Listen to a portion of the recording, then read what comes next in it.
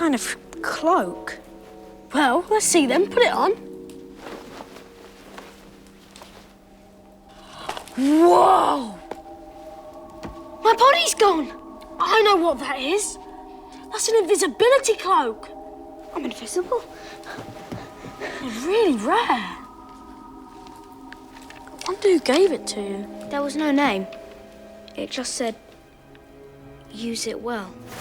Hello and welcome to Harry Potter, the official film podcast, as we journey back through the wizarding world and the films that became a cultural touchstone and shaped way too many of my daily references. I'm Rhianna Dhillon, lifelong Harry Potter superfan, film critic, broadcaster, and like Margot Robbie, I go to bed every night listening to Stephen Fry's dulcet tones read me Harry Potter on repeat. And I have done that since I was 12. We're making our way through the entire series, and you can watch every film along with us on HBO Max. Today, we're diving into the second half of Harry Potter and the Philosopher's or Sorcerer's Stone.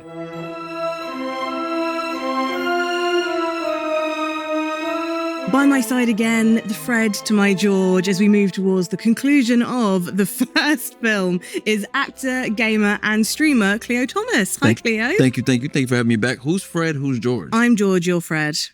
Okay, fine. We'll put that. I like that. I like it. I'll co-sign that one. Now, I haven't really asked you this because I have so many nerdy bits of Harry Potter in my life, a dedicated WhatsApp group and the little bits around my flat that I have, little Lego Draco. I have Bertie Bott's every flavour bean clock, things like that. Yeah. A clock? Yeah, it's really difficult to tell the time on it, but I don't care. It's the decoration of it. Exactly, it's all about the aesthetic. Yeah. What's your nerdiest Harry Potter thing that you live and breathe? I have the wand. I have my wand that I got. I also do own a robe. My name is stitched in it. I have one of those too. Perfect. We should have won those to this. Next time for sure. Yeah, those are my two things that I hold a lot of pride in having. And also, I went to the Harry Potter store in Tokyo, and I brought back a lot of merch, a lot of cool Spirit jerseys, some really cool Niffler stuff. So there's a lot of stuff. Oh, that's really exciting. Yeah. I love Nifflers. We're not getting onto Nifflers yet, but I do love Nifflers. Yeah. So we last saw Harry opening presents on Christmas Day, receiving a very stylish jumper from Mrs. Weasley, which also I've really coveted Ron's for so long because for Rhianna works as well. Wow. Why has no one bought me this? So people are failing around you. How has no one got you that? I know. Or knitted me one. That's a hint for anyone watching. It can't take that long. If you want to go away to her heart, that's what you do. Just get her a big sweater, big R on the front of it. You got it. And then, of course, Harry gets this family heirloom, the invisibility cloak, bearing a message to use it well. So, of course, Harry immediately uses it to break the rules, to scour the library's restricted section. Come on, Harry. Information on the mysterious Nicholas Flamel. And in doing so, Harry stumbles upon Snape and Quirrell having a very shady whisper fight. Severus, You don't want me as your enemy, Quirrell. Don't know. What do you mean? You know perfectly well what I mean.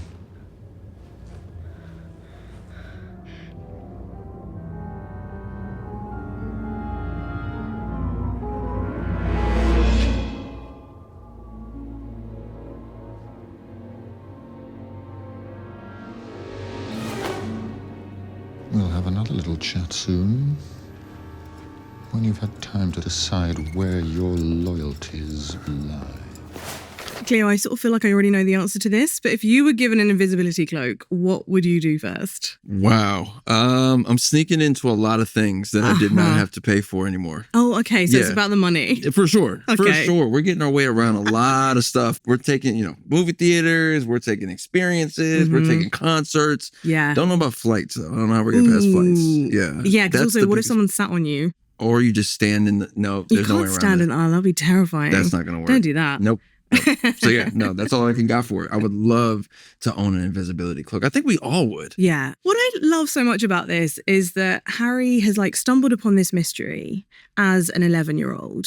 There's mystery of Nicholas Flamel, the theft of the Philosopher's Stone, which he just reads about in the Daily Prophet. It's not like that came firsthand as a story to him. He literally just happened upon it. And he decides that it's his problem to solve. Yeah.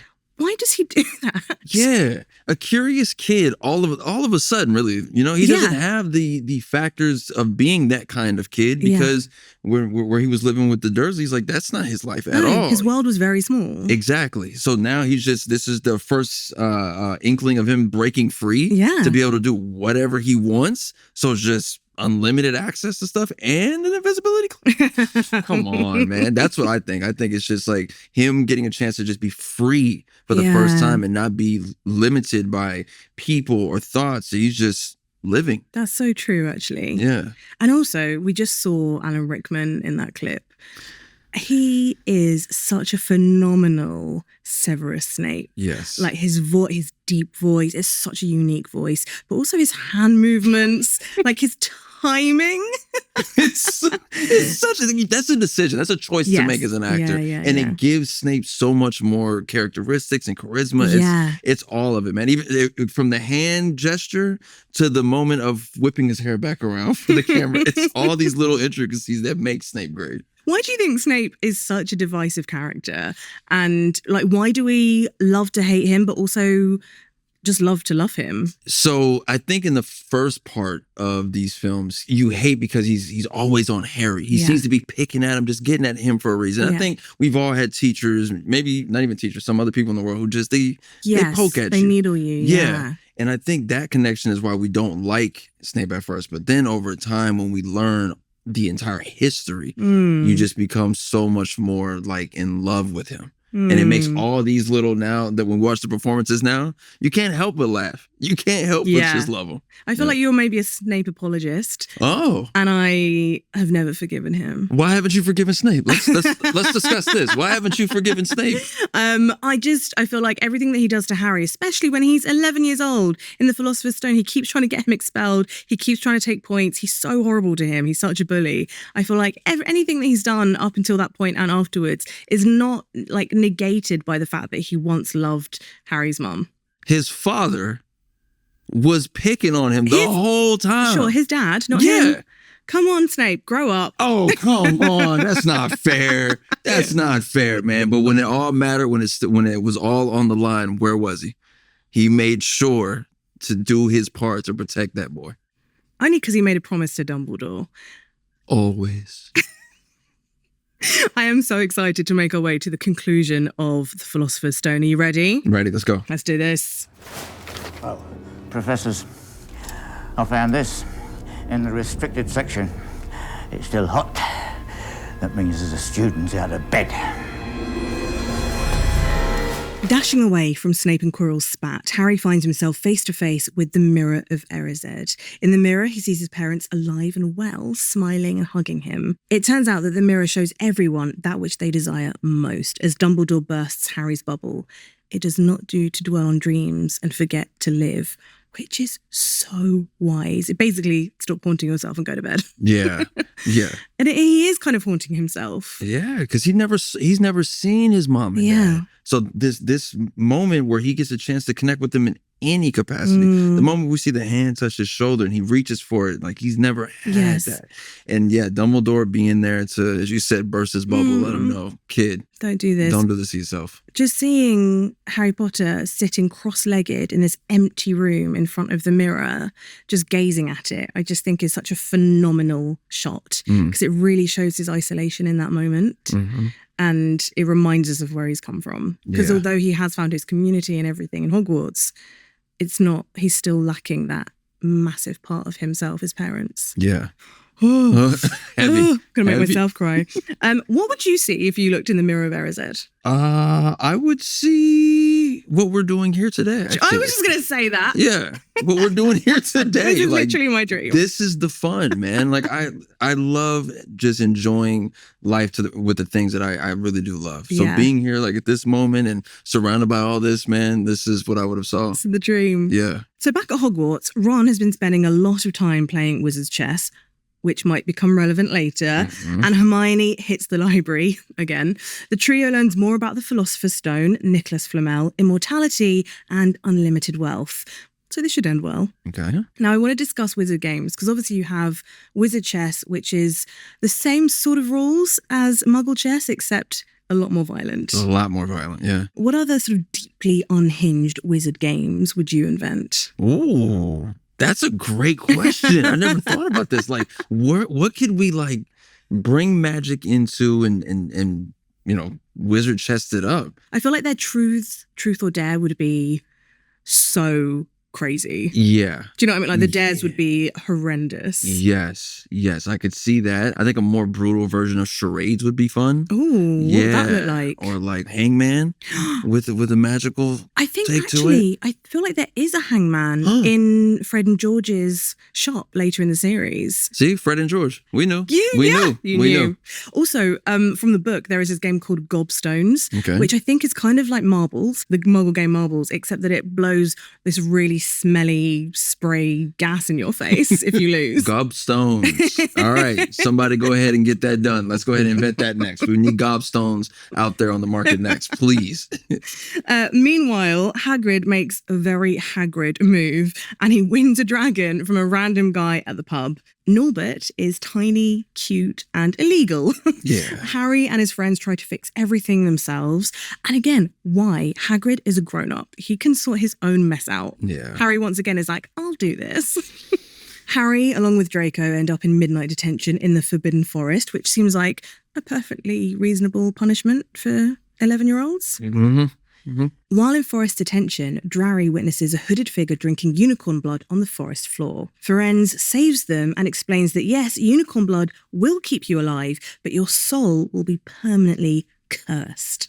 With these forest slurps, Voldemort is secretly upgrading himself from ghostly rumour to half-life reality. Dumbledore goes on holiday and seemingly all other adults are unavailable. So rather than revise for final exams, the trio decides, once again, to find the stone themselves in an attempt to stop it from falling into the wrong hands. They sneak out of their dormitory, much to the dismay of poor old Neville. And they pop down a trapdoor into an obstacle course designed by a bunch of lunatics. Oh, sorry, professors. If you were one of the professors tasked with setting a trial to protect the stone, what do you think your trial would be? Ooh. I would have them do some kind of twisted version of hopscotch, tetherball, and dodgeball. Wait. What? Yeah, I need all three of those to be... Hopscotch, tetherball, and dodgeball. Is tether the ball the one where it goes round? Yes. Which I still don't actually know the rule for that game. It's just like playing tennis by yourself, right? Is it just like playing tennis by yourself? No, because when I played it, there was someone else on the other side of the pole. Oh, you had friends. Yeah, okay. That was the difference. Okay, understood. I wish we would have went to school together. Me and you could have been great friends. Tetherball friends. Yes. Those were the three. Then it would be dodgeball, tetherball, and hopscotch. Yours are very sporty based. Yeah. I was going more like Harry, Ron, and Hermione suspended on some sort of bridge over the top of this, I don't know, magical sea creature infested water. And then having to get to the other side. Okay. Is that quite dark? That's exactly what Dumbledore needs back at Hogwarts. Yeah, let's make some upgrades for some more dangerous traps for kids. Let's go for that. Wanders off. Next thing you know. Yeah, you're swimming with the Kelpies. Quite. The first trial, Devil's Snare. Yeah. Hermione remembers to relax, which is character growth, I think, for her. Then next come the Flying Keys, and Harry uses his seeker skills to catch one. See, everything comes full circle. And then finally, Wizard's Chess. Yes. Ron sacrifices himself and drops an absolute all-timer. Classic. He's going to sacrifice himself. No, you can't! There must be another way. Do you want to stop Snape from getting that stone or not? Harry, it's you that has to go on. I know it. Not me, not Hermione, you. Not me, not Hermione, you. Listen, bravery. Yes, brave that's kid. The Gryffindor in him. Yeah, man. Yes. I love. It's just why has that become so iconic? It takes TikTok to take one thing and then create just this massive re-edit version of it. We've seen so many different edits now. We've got animated versions. We're saying it. Listen, me and my friends, it is a go-to on Twitch. Our chats know. As soon as they hear a not me, everyone follows suit. Not Hermione, you. Which of those tasks do you think you would have actually excelled at? I'm going to have to go with going after the key. Yes. The Harry Potter, Harry on the broom. Yeah. I think I would have excelled at that for sure. Do you have really good hand-eye coordination? Sports-wise, I got that locked in. Nice. We're good. Okay. Chess-wise, if I would have known that was around the corner too, I'd have been like, no thank you. No thank you. If a life-size version of Wizard's Chess, which I just saw my friend playing, in which the guy got up, swung the chair, wrestling style, no thank you. Yeah, fair. And then the Devil's Snare is a very scary thing to be wrapped up in. I know. That's crazy. I know. And they were around their necks and then they grab them around the face. I'm like, never mind. It kind of really reminds me of Jumanji as well, like with the plants coming to life and terrifying the children. Yeah. There is a missing trial that's from the book, which is Snape's trial, where Hermione really comes into her own using logic. So I mention this basically because I think about her quote every day. She says, "This isn't magic, it's logic, a puzzle. A lot of the greatest wizards haven't got an ounce of logic. They'd be stuck in here forever." And it's basically just trying to figure out, there's like a riddle and you have to figure out which potion you can drink, which will let you through the fire that takes you into the next room, or which potion you can drink that will take you backwards and help you escape, or one might kill you. And it's just, I love it. It's such a like Hermione, like, because each of them have their own task where they really come into their own. And that's Hermione's. And I really hope that it's going to be in the TV series. That would be really cool to see. You said this was Snape's trial? Yes, because it's potions. Snape's crazy. I know. It was either you move forward, go backwards, or you die? Or you can, some might be just water, some might be wine. Okay. But there is definitely fatality in a bottle. But that's no surprise. There is fatality around the corner everywhere at Hogwarts. Hogwarts is crazy. This is the most dangerous place ever. Yeah, it is. So once through all the trials, Harry goes on alone and finds poor, stuttering Professor Quirrell, who gives that perfect villain speech before removing his turban to reveal he's got a bit of Voldemort living on the back of his head. Harry faces the Mirror of Erised again, but this time his only desire is to stop Quirrell from getting that stone. Quirrell tries to kill Harry, but he can't touch him thanks to the powerful magic of his mother's love. So after all of the speech giving and the face melting, Harry grabs the stone and Voldemort's spirit flies off. But it's not the last that we're going to see of that guy. No. And then while Harry's recovering in the hospital wing, Dumbledore visits and spills some tea about what was really going on with Quirrell, Voldemort, and the Philosopher's Stone. But that doesn't matter because it's time for the house call. It's the end of term, after all. Gryffindor thinks they've lost to Slytherin until Dumbledore starts handing out points left, right and centre. Which is one of my favourite moments in the whole series. Some for Hermione, some for Ron, obviously some for Harry, and then a few for Neville. Yeah.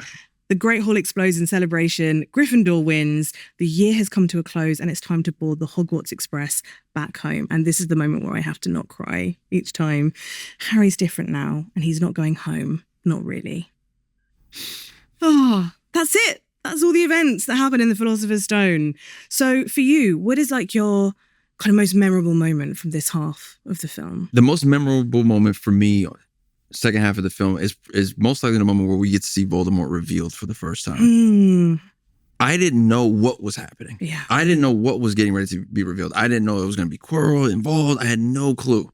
So then to see the turban come off and he turns around, it just looks like grotesque and he's talking to Harry and that creeped me out as a kid. Yeah. That was the one where I was like, wow, this is gone way too far. Yeah. And I love it. I'm in. Did you see the reveal coming? I did not.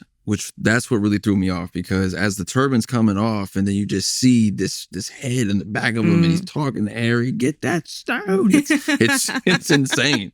It's so violent. It's really dark. It's very dark. Yeah. And he's down there by himself. Just Harry in it. Yeah. Where are the professors? Where are the adults? Where are they? Like you keep expecting them to come bursting through the door and they don't. They don't. Yeah. They don't. They're busy taking care of other stuff running around Hogwarts. Also, I really love, there are those little comedy moments that we get throughout the second half of this. And one of my favourites is David Bradley as Filch. Because Filch, again, he's just such a revolting looking sad man, isn't he? I just think David Bradley plays him so... He's one of the loveliest men in the world, David Bradley. He's like, he loves fan interactions. Like when he goes to football matches, he goes, I think, with like his grandson, and he's always happy to take photos with people. He's so lovely. And he's playing one of the most rancid creatures in Harry Potter. So... The moment where he's talking to Snape and Quirrell and he's like, there's a student out of bed. It's that smile at the very end of that line that's just like... creepy. Yeah. So like, creepy. He's so excited to punish them. Yeah. I think it's really interesting how like their houses are kind of played with. So obviously we know that Harry is Gryffindor with shades of Slytherin. We know that Hermione is Gryffindor with shades of Ravenclaw. And even like Neville is Gryffindor with shades of Hufflepuff. But Ron, he's never really talked about as anything other than Gryffindor. He's a Gryffindor through and through. Yeah. And even like the sorting hat is like, oh, another Weasley, I know just where to put you. There's no question. And, you know, obviously when Draco gets sorted, he is, before it even touches his head, Slytherin. Yeah. But Ron is the same, but for Gryffindor. Yeah. And so why do you think he is more Gryffindor than anything else? What do you think he's got that the others don't have that make him pure Gryffindor?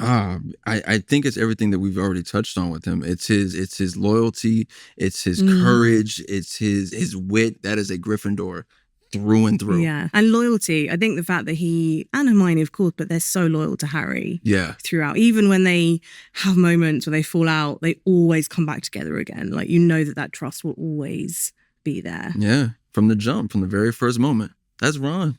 Ron Weasley. Ron Weasley. And also, I just mentioned Neville there. We haven't really talked much about Neville. But he gets those really important 10 points in the House Cup. What are these point systems, first and foremost? What is happening? How are we really putting this on the board? What are the stats we're actually criteria we're basing this off of? I'm confused. I feel like I think Draco would like to know the answer to that as well. I agree, because Draco was ready to celebrate with his house. We did it. It's up. We're going to have a great time. I'm still the guy. Y'all was hyped up about Harry. I don't hear none of that. We won this year. Next thing you know, Dumbledore. Points. And then Neville squeaks by with how many? 10. 10 points. Yes. Because he stood up out of a chair? Because he stood up to his friends. And that's hard. And we see him like always being bullied. He's always being laughed at, not just by Slytherins, but by his own house as well. That's also true. And the fact that you have like this really tight-knit trio, right? At the end of the film, they are solid. And then Neville is just still on the periphery. Like, who is his best friend? He doesn't have one. And yet, despite it would be so much easier just to try and go along with the flow and to fit in and to keep quiet, he decides to stand up because he, again, is a true Gryffindor equally. Wow. Right? You have convinced me. You have convinced me. I no longer have any issue with the point system that was given out. Dumbledore is completely whack for just handing them out, but he's also a Gryffindor, so. Oh yeah, he was definitely playing favoritism. You know what? Thanks Dumbledore. Thanks, OG. I feel like Harry needed it. It's the first time in his life he's ever been the favourite, so let him enjoy that moment. Do you have a standout performance from the second half of The Philosopher's Stone? Daniel Radcliffe. I mean, yeah, Harry himself. It's his movie. So it's him, man. Understanding, like we talked about in the first episode, the responsibility that was going to come with being the title character of this franchise, being the face, being the Harry Potter is, that's a lot to put on a young kid before they even really know what's to come next, right? I think about, I related to myself being able to have a role that is going to stand the test of time, right? That comes from a book, is being adapted, it's going to film, and forever you will be associated with that character. Forever. How do you find that? Do people obviously still come up to you and say, "Oh my God, it's Zero"? Yeah. And how do you react? Are you always happy to talk about it, or? Yeah, I am, because it lets me know that I did my job well, and it's one of those things, the fact that this film and this story has made people feel good throughout this entire time.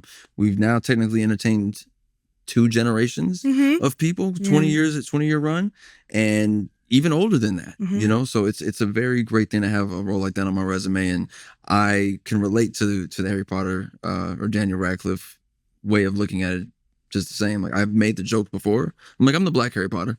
I've taken that on. I've taken that on as a little marker for myself, because the parallels are there. Now I only got one. He's got an entire franchise. Yes. But it's Daniel Radcliffe for sure, man. Like, for him to be only 10, 11 years old. This film is going to become a massive run. He doesn't even know what's ahead of him. Yeah. And he did an incredible job. You'll be okay, Harry. You're a great wizard. You really are. Not as good as you. Me, books and cleverness. There are more important things. Friendship and bravery. And Harry, just be careful. That moment, this scene between Hermione and Harry, and she's letting him know, like, it's going to be okay. I got Ron. Yeah. You're the one, as he just said, it's on you now. It's you who has to go on. But you're so, like, that bond between them is so at the core of everything going forward. But they don't have that from the very beginning. They do not like Hermione. As you said in, I think, the previous episode, like, she is a snob. Yeah. And she talks about books and cleverness as almost being the most important thing. She doesn't break rules. Yeah. And then suddenly she just relaxes a bit because of their influence. And also they step up their game too. So they all just make each other raise their game. Yeah. A little bit. Yeah. And also the fact that she acknowledges that Harry is just such a great wizard, not because of his magical prowess, but because of his bravery and his ability to be a true friend, shows as much growth on her part as his. The fact that she's like, there are more important things. Yeah. And she would not have said that on the first day on the Hogwarts Express. No. She would ask, why are you here? Yeah. Why are you here? Yeah. Yeah, she was a snob, as we mentioned, but man, she's all around. The three of them in this film go on such a great character development, man. By the end, you're just like, you're locked in. Yeah. You've fallen in love. And also, like we were saying before about Harry sort of being like kind of the straight character. Right. He has to react to things. All this weird and wonderful, strange world that he's entered. And he has no idea what's coming around the corner, literally sometimes. And he just has to kind of react to it in a really natural, normal way that a muggle child would react to it, right? Yeah. He's not like Ron. He's not grown up with not grown up with all of this family around him and all of this love, but all of this understanding of the wizarding world. So he actually has a really tough job because it's not like he's super wacky himself. And it's not like, he has loads and loads of things to kind of bounce off on. It's just him reacting in the moment. And I think the epitome of that is the final scene with Hagrid, because it's like the build-up of all of this emotion and everything that we've gone through with him on this journey throughout the entire film. And it reaches this emotional climax. And we're all kind of devastated, A, that the film is over, that he's having to say goodbye to the place that he loves, to the person that he loves, even if it's temporary. And even more impressive is that day of filming was their very first day of filming. Whoa. Right? How did he bring that much emotional heft to the role on day one? First day in. Wow. Considering that's the bit that always makes me cry. I have like the capacity that he has for holding on to that love is just amazing for a 10-year-old. Yeah. Get her a box of tissues now. She's tearing up already, guys. But also how gorgeous that Hagrid gives him a little memento of his life to take back with him, that gorgeous book of photos of him and his friends and his parents as well, which, again, Chris Columbus, being the genius that he is, uses that to open the next film. Chris, that's why you're the guy, man. That's why look what you've done. Look, we're just two people with microphones geeking out about Harry Potter years later, man. Job well done. So much has been set up in the first film of the series. So now I feel like we are required to discuss some of our favourite Easter eggs from the Philosopher's Stone that's going to pay off further down the line. Okay. So before we go any further, I mean, I'm sure everyone listening, watching, you know this, but there are going to be spoilers for all of the films. Literally. So one of my favourites is when, again, because everything for me comes back to Quidditch, apparently. I'm not going to mention a word, don't worry. And it's when Harry catches the snitch in his first ever Quidditch match. And he famously is like, he does it so well. Daniel Radcliffe plays this so well when he's like surfing the wind on his broomstick, and then he catches the snitch in his mouth, and you're like, oh, that's a really fun, whimsical, silly way of catching the snitch. And then like films later, it comes back as that's the only way to open the snitch, which contains one of the Deathly Hallows. Yeah. And I was like, wait, that was seeded from the very beginning. The very beginning that was placed, man. Isn't that so cool? It's really cool. It's like when you get those moments, right? Because I think any storyteller works hard to have moments like that. And that one in particular was probably the coolest out of them all. Yeah. I think about, like, for me, the Deluminator, right? Oh, yeah. Like, when we first turn this movie on, you see Dumbledore walking through the neighborhood, bringing all the lights to him. And then, as you mentioned, films later, now it's in Ron's possession. And that's how he finds his way back. And he was gifted to him through Dumbledore. I love that aspect of it. We also see the more of the Deathly Hallows with the invisibility cloak. And I guess because this one has so much emotional weight to it as well, and we don't realize that until so much later, that this is the thing that has kept Harry safe. This is his connection to his father, and the whole story of the three brothers and how the invisibility cloak is the one thing that doesn't cause like death and destruction. Yeah. I just find that so moving that that's a thing that has been gifted to Harry at the very beginning. To protect him from what his journey's getting ready to be. Yeah, it definitely plays a key part in Harry's story for sure. Because when we think of the Elder Wand, we think of resurrection, it's dark, it's horrible. Dark. Yeah. It's real dark, yeah. Yeah, so like a trail of destruction behind it. Also, I really love this idea, which only kind of I thought about recently, the whole idea of Harry being a seeker, like specifically a seeker, not a chaser, not a beater, not a keeper, is his, when we're talking about why is he always trying to solve mysteries, it's like he's always seeking the answer to something.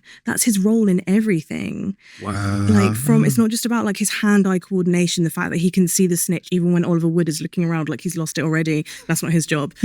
And the fact that he's just, I can find the answer. I can find those little kind of key bits that unlock mysteries. Yeah. I was like, God, like it's in there. Yeah. It's in the terms that they use for Quidditch. It's wild because Harry, as we mentioned, this is the first film, and before he even gets a chance to come to Hogwarts, this isn't him at all. Yeah. At all. So it's literally him finding himself as the story goes on. And then also, like you mentioned, with him sitting in front of the mirror, he's still alone in a lot of ways. Yeah. He has a big weight on his shoulders as far as destiny, responsibility, and yet we got one heck of a story out of him. We sure did. Yeah. It is time now for Owl Post. So an owl has arrived from a fellow Potter fan, and I think you're definitely going to have some thoughts on this. Okay. This is a hot take from Susanna V from Colombia. This is her speaking. Are you telling me that all of the brilliant professors at Hogwarts designed the hardest obstacles they could think of to hide a super powerful stone, and then 3 11-year-olds, 11, beat them in one night? My friends and I can't even finish an escape room without asking for hints.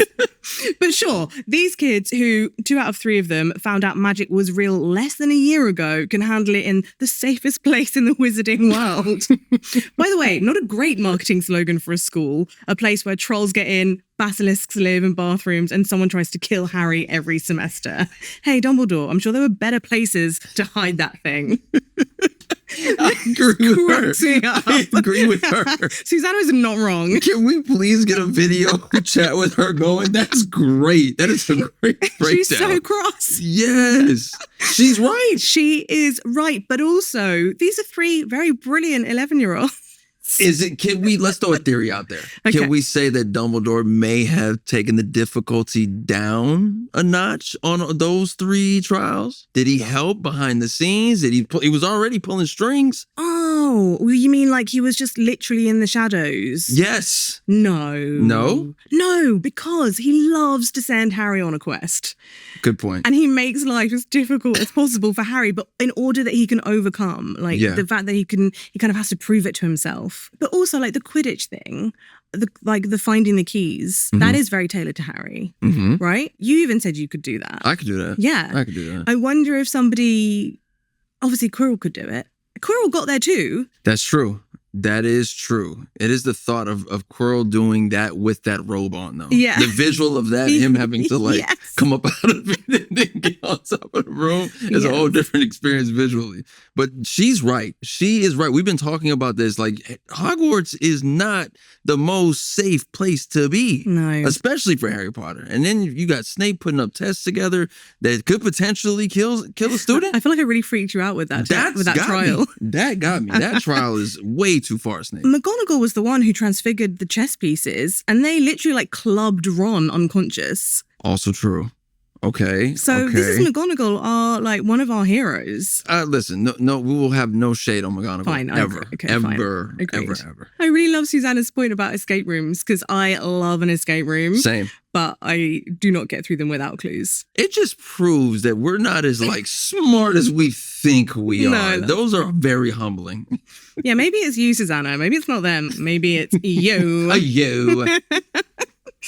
Now, we do really want to hear from you. Keep an eye on our socials at Harry Potter for your chance to send in your favourite moments, your burning questions, and your hottest takes. All right, I feel like we need to take a real minute to talk about the music because it is so transportive. John Williams is one of the most extraordinary composers film has ever had. Yeah. I know that you mentioned music kind of being one of the things to really draw you into the Harry Potter films. Why do you love it so much? I think it's the moment we even see the Warner Brothers logo pop up at first. We hear, which I believe is Hedwig's theme. Yeah. It's that. It's the dun dun dun dun dun dun dun. It's just dope. And knowing that John Williams, put together incredible themes like Jaws, Star Wars, E.T., Jurassic Park, Home Alone. He's got bangers. He's got bangers when it comes to the film side. He just manages to evoke such a sense of wonder with everything that he does. Because those films that you mentioned, they don't have magic in them. But there is something about the music that makes them feel magical. Yeah. So he was the perfect choice for this, right? Yeah. I guess collaborating again with Chris, right? As far as from Home Alone to this aspect, they have a dynamic that they've built together. So there's a lot of trust in that as well. That's true. I really do wonder when was the first time Chris heard the Hedwig's theme and also, were there other iterations? Was there a different version that we've never heard before? I would love to listen to those. Also, I think he did it without ever having seen the film. He did Hedwig's theme, that was what he was hearing. That's what he was thinking. What? There was no visual to go along with it. That's how much of a genius he is. Exact word I was going to use. That is genius. Genius to be able to pull off. Wow. I know. And luckily, I sat down with one of the magic makers who brought the music of Harry Potter to life to learn more about the score. So this is orchestrator Conrad Pope. Now let's see what he had to say. Conrad Pope, thank you so much for joining us on Harry Potter, the official film podcast. It's my great pleasure to be with you today to discuss one of my favorite films. First of all, you were an orchestrator on Harry Potter. That's correct. Could you tell us the difference between an orchestrator versus a composer or a conductor? Yes, and very simply is that the composer is the gentleman or lady that writes the music. And what they do is that because in the film business, we have to write a lot of music. Like say for Harry Potter 1, I'll just make up a figure, but it's probably pretty accurate. There's about 2 hours of music that had to be written for that. And it has to be done in a rather short time. When you consider that, say, concert composers can take a year to write 10 minutes of music, a film composer might only have 2 or 3 months to write 2 hours of music. And so what is developed is a shorthand that composers can use. And that John Williams, he sketches out the music, but it's a very detailed sketch. In fact, you see a few notes on the paper, but those few notes, you might have 5 notes on a piece of paper, but they're in the brass and the strings and all this stuff. And so it ends up being music for 100 people. And I help John. John indicates where the note should go. And I basically just put it on paper. I pay very close attention to what he does, and I try to understand it and try to make sure that everything's there. So the composer gives me a short sketch that I sort of shorthand that I then put into longhand, so to speak. And then that arrives at a copyist who copies it for the orchestra. So each person in the orchestra has their own part. And so then we go to Abbey Road, and then the person that sort of keeps that together is the conductor. In some films, the conductor is the composer. Sometimes it's a different person because that's a very special skill. In John Williams's case, he's an extraordinarily skilled conductor, and so my job was simply to translate exactly what John did for the orchestra. And you were working from the very beginning on Philosopher's Stone. Do you remember when you were working on that, if you could have ever understood the longevity of the score that you were working on? No, and I remember working with my colleague John Neufeld, who was John Williams's main orchestrator at that time. And we did the orchestration for the first trailer. And I understand that John didn't see any footage. Oh, yeah. Yes, I've heard this. And so the notion that he came up with Hedwig's theme that is so iconic and that captures brilliantly this world is amazing to me in that trailer before we even knew what was going to happen.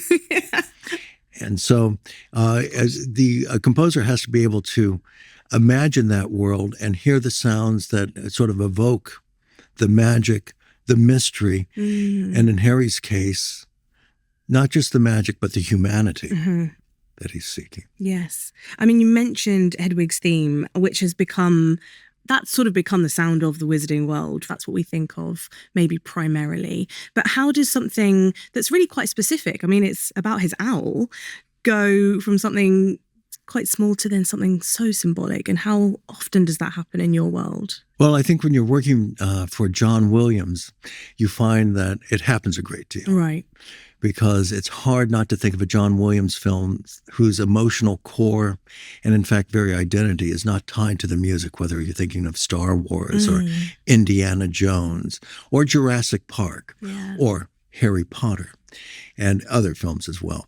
But that how it takes flight, I'm not quite sure. But if you think about that theme, it's a very simple theme with single notes that's accompanied by this magical flight and motion that you do sort of see the owl flying, but it's beyond that. It's just amazing how iconic it has become. And it's impossible to imagine Harry Potter without hearing the celeste and hearing those swirling strings. So what is that? What is that instrument? It's a celeste. Always evoke the supernatural in my business. Is just as there are all these cliches for film music, and they're cliches because they have an element of truth to it. The celeste automatically brings you into this world of magic, otherworldliness, of people with extra skills, because a bell is a very special sound. And then the strings behind that, they build slowly. And then finally, the wind instruments take up the melody and give it more body. And so it takes it from the realm of the magical to the realm of the real. And then we're off and running. Fascinating. Obviously, Hedwig's theme does get probably the most amount of attention. But do you have like a favorite cue or score that you think is underrated, more people should be talking about, more people should be listening to from Harry Potter?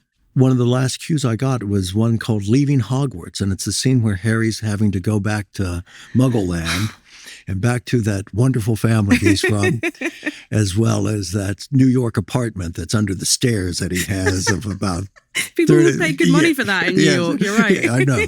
30 square feet and $3,000 a month. And so there's a sense of that he's discovered so much connection with so many people at Hogwarts. It's become a place, the family that he's never had. He doesn't even know his parents. And he discovers it there. And he understands what's special in him. And he doesn't want to leave. And Hagrid doesn't want him to leave either, but he knows that he must. And that's a very special cue for me because it's next to the last cue I've received. What I normally do is I get John's sketch and I take it to the piano and I try to hack my way through it.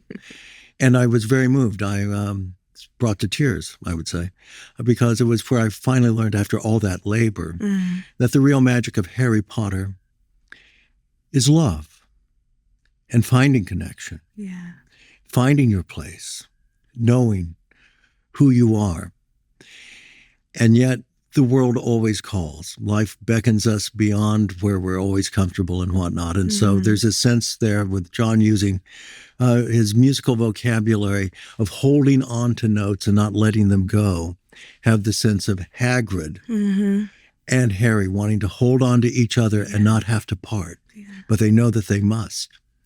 And so that's one of the pieces of music I would really say listen to, because you'll find the heart of Harry Potter, perhaps even more than Hedwig's theme. And just to round this out is that cue is what ends in the 8th Harry Potter, I forget, the Deathly Hallows, is that when they're at platform 9 3/4 and Harry's taking his son down to go off to Hogwarts. Yeah. He has his son that he loves, and his son is going to go find himself at Hogwarts too. And there's that sense of hating to see your child go because you love them. But part of love is letting them find themselves too.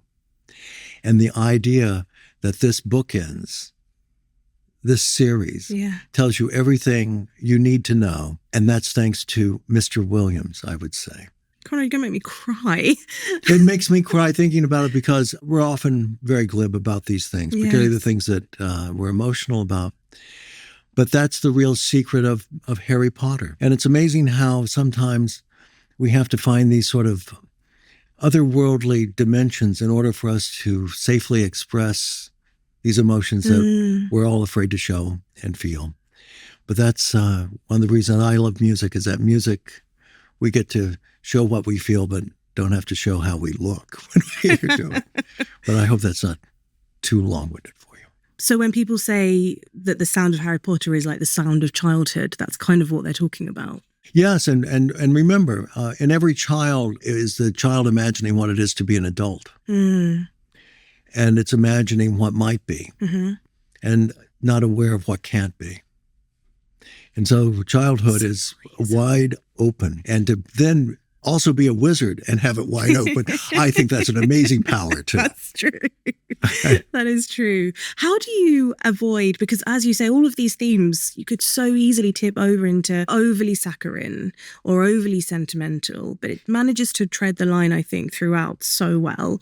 Why do you think that is? You know, when do you know when to pull it back? When do you know when to really lean in to those tender moments? Well, I can't speak for John Williams because he does it so well, but I can tell you about my impression of why he does it so well, and something that you're absolutely right, because in film music, sometimes the vocabulary that we use, it's very tonal, but it can also become very reverential and also very easily identified. What makes John Williams, for me, one of the aspects of his music, there's tons of things to talk about, but his harmonic language is so remarkable, because his tunes he has are things that you can hum. They're very much what you can remember and sing. Yes. But the harmonic realization that underpins these is not just very simple tonal music like classical music. It seems classical, and it is, and it's very well composed. But the vocabulary is rich with the dissonances that we have in modern music, the ones that are sort of sweet and tonal. Not everything is always clear, that John happens to make the line of these very simple melodies go very long because of how they're underpinned with the harmonies and the other colors and the textures.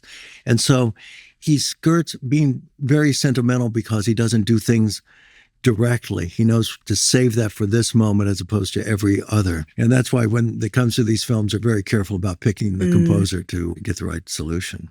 Well, as you say, there are multiple composers on the Harry Potter series, multiple orchestras and musicians. So how do you ensure continuity across all 8 films when you have multiple people coming in and out? I think they've tried to do a very good job. And they've had so many talented composers like Patrick Doyle wrote a really wonderful score, Nicholas Hooper. Then finally, with another composer I worked with on this series, Alexandre Desplat, he came in to finish it off. And what I would say is that at the beginning, the music has the wonder and the joy and the wide emotions of childhood. Yeah. Because again, for kids, they are little people like we all are, and we've only learned to contain our reactions to things as we get older. That's the prison of adulthood is one of those things where nothing is ever so grand and never so bad that we can't show up for work. Yeah. Whereas when you're trying to invent your life, there are so many possibilities, and their childhood is so well represented for the first to Azkaban. With the magic gets crazier and everything starts getting darker and darker, just as it happens when you're going into adolescence, I suppose. And so I would say that the way of how the continuity is maintained in the films has to do with the character's journey. To be generous about it, because you're not going to need all the range necessarily that John brings to the opening, because you're setting up everything, go what it might be. Yeah. And by the time you get to Alexandre's last thing, it's the showdown. Yes. Quite a journey, because I can talk about those sort of scores as well. Yeah. But with right now at the very first one, that's it's a remarkable musical universe. I'm so happy to be a part of and be an audience of. Same. Yes. Conrad, thank you so much for joining us. It's been such a pleasure to talk to you. Thank you. Feels strange to be going home, doesn't it? I'm not going home. Not really.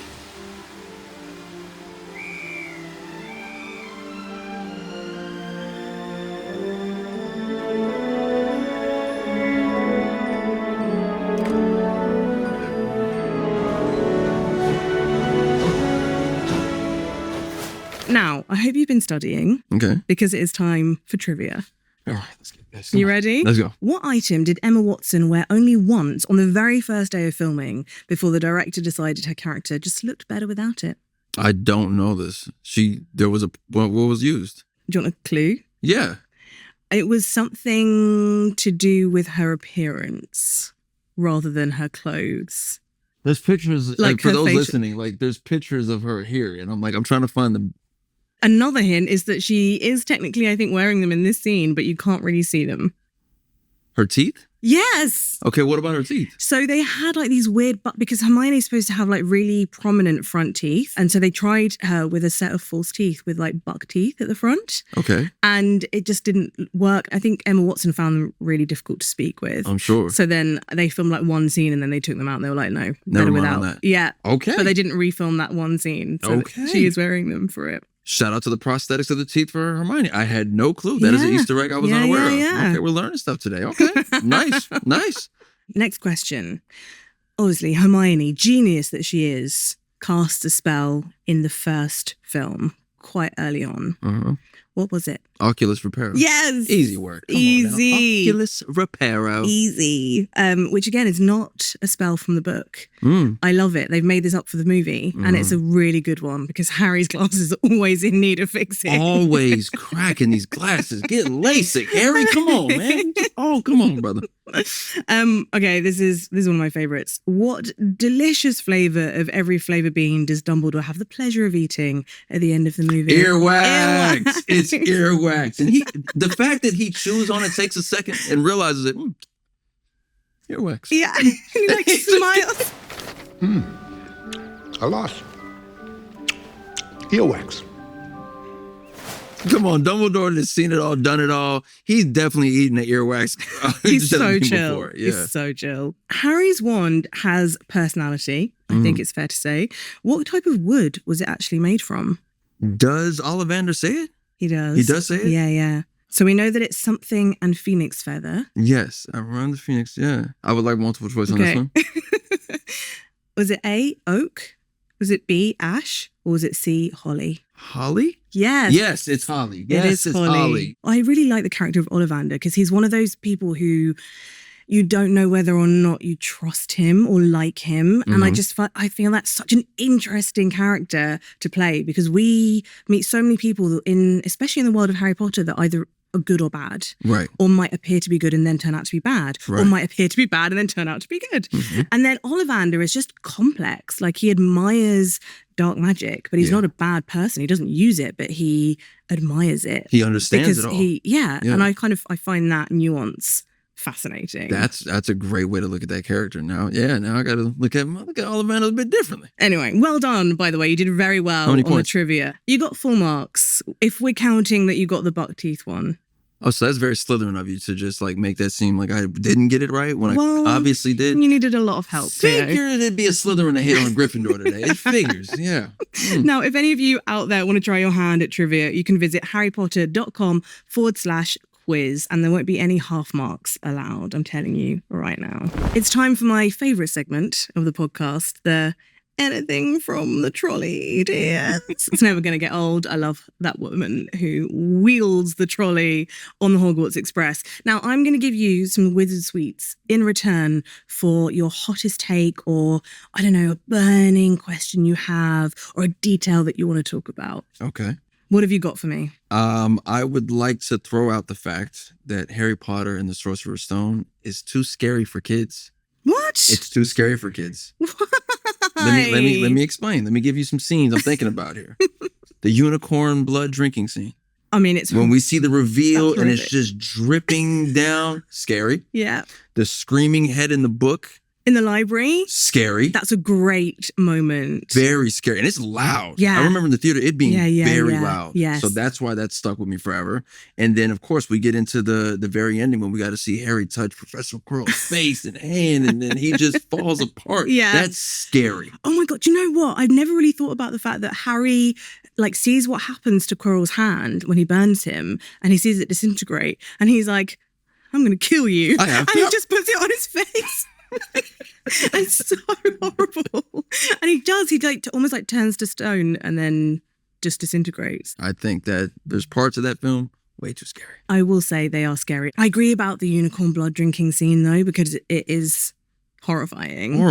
But it's just so well executed. Like seeing Quirrell, Voldemort, even though you don't know who he is at that point, just fleeing because of a centaur. Yeah. And then you realise the power of the centaurs as well. Also true. All right, I will let you choose a sweet from the trolley. What do you fancy? Let me go ahead and get on the old-timey classic. Let me get a piece of the Bertie Bott's. Every flavor beans here. Let me get in on that. Get some of these morsels y'all got tucked away in here. Which flavor would you absolutely not want to uncover? If there's vomit flavor, if there's dirty mop, if there's dirty mop. Oh, that sounds terrible, right? Think about a dirty mop to the tongue, to the taste buds. All right, yeah, okay. That's grim. So I don't really have a burning question, but one of the details that I love so much about the Philosopher's Stone is the introduction of the ghosts. Okay. And when they sort of suddenly appear in the Great Hall, just when the first years are sitting down, they are so much fun, and they just pop up willy-nilly, and nearly headless Nick just is in the middle of, I think, Ron eating a chicken wing or something like that. The whole idea of him being nearly headless as well, that is talking about horror. That's quite a gruesome moment where he pulls his head from his ruff, and you literally see the cross section of his neck, and it still makes me gag when I watch it. Yes. And iconic setup forever, nearly headless. How can you be nearly headless? He said this, showed it. Oh, man. And even Hermione's response to that, her visual she's in shock and grossed out. Yeah.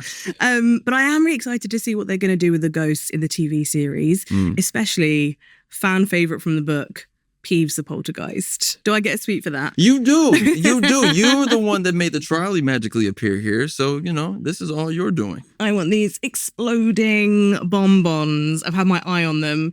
Okay. It's a real boom. Have you ever tried these? I have not, and I really want to. It's the perfect combination of a Fred and George sweet of delight and danger. So are we thinking chocolate with some... There's going to be something explosive in it, that's for sure. Yeah. Pop rocks and chocolate, probably. All right, this has been great, but now, trolley, be gone. So that's Harry Potter and the Philosopher's Stone, a story that begins under the stairs and ends on that euphoric note in the Great Hall. Khleo, thank you so much for joining me to talk about all things Harry Potter. It's just been an absolute joy, especially talking about the Philosopher's Stone. You know what? It has been an amazing time talking about the Sorcerer's Stone with you. And thank you for having me. I had such a blast, man. This was the most fun thing I got a chance to do so far. So thank you. So much fun. Talking to a Slytherin, man. This was a blast. Up next in our series, we're revisiting Harry Potter and the Chamber of Secrets, where I'll be joined by producer and gaming personality Naomi Kyle, and we find Harry at the start of a new term contending with a house elf who desperately needs boundaries, and a school year haunted by an evil diary and even worse plumbing. Join us on our film-by-film look-back through the series and rewatch every Harry Potter film on HBO Max. In the meantime, we want to hear from you. Share your thoughts and keep up with the latest from us on social media at Harry Potter. As we make our way through the series, we'll be checking the comments to dissect your burning questions and your hottest takes. Until then, listen carefully. And remember, if the walls start talking, that's not ambience, that is a major problem.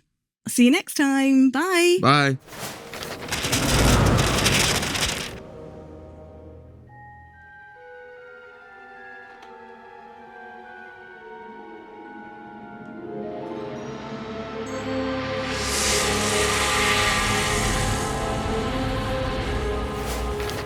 Harry Potter, the official film podcast, is produced by HBO Max in partnership with Pod People.